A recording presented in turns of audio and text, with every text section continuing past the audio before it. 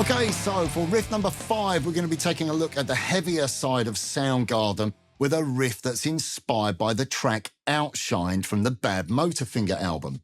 Now, there's 2 different concepts that we're going to be looking at for this riff. First of all, as this is a pretty level-specific guide, we're going to be looking at how you can get a pseudo drop-tuned sound from your guitar with actually not having to change the tuning. This is really cool. And we're going to be doing this by utilizing some inverted power chords, namely playing them on the E and the A string, which is something that you possibly haven't thought of doing before. Now, as well as that, we're also going to be looking at utilizing an unusual time signature. We're going to be using the time signature of 7/4. So if you want to nail the heavier side of Soundgarden, you're definitely going to be wanting to look at some different time signatures as well as some inverted power chords. Okay, so let's kick off by looking at the first concept. Now, this riff is in D, and the root note for this riff, the first power chord, is on the 5th fret of the A. Let's just play a power chord with its root note on the 5th fret of the A. Pretty standard sounding stuff. Let's invert that power chord so the 5th, which is in the top of that chord, is now on the bottom.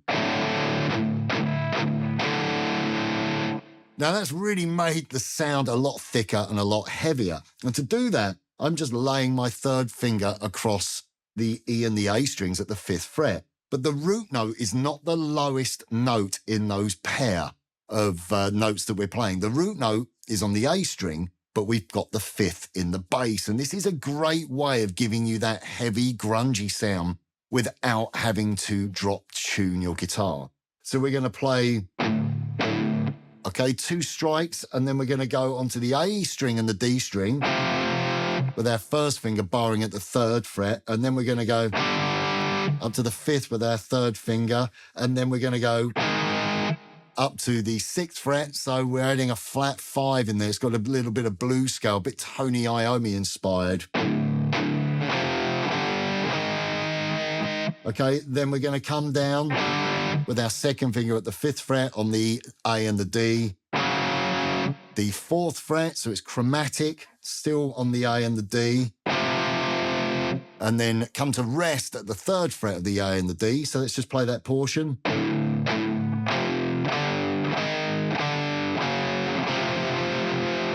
And then we're going to play this little bluesy little run. Just climbing chromatically 3, 4, and 5 on the A string, and then finish up on the 3rd fret of the D string. Now, something else that's going on there is that this is not in 4/4. This riff is in 7, okay? So that's basically a 4/4 bar with another 3 beats. 1 and 2 and 3 and 4 and 5 and 6 and 7 and then we start again. Okay, so you could look at that. If you find that hard to think in 7, you could think of a bar of 4 and a bar 3. 1, 2, 3, 4. 1, 2, 3. 1, 2, 3, 4. 1, 2, 3. That might be a little bit easier for you to wrap your head around as opposed to thinking, why have I got a bar with 7 beats in it? But I would really urge you to start thinking about the fact that you can have different time signatures and they don't have to be even. Okay, so now let's play through riff number 5 with the click.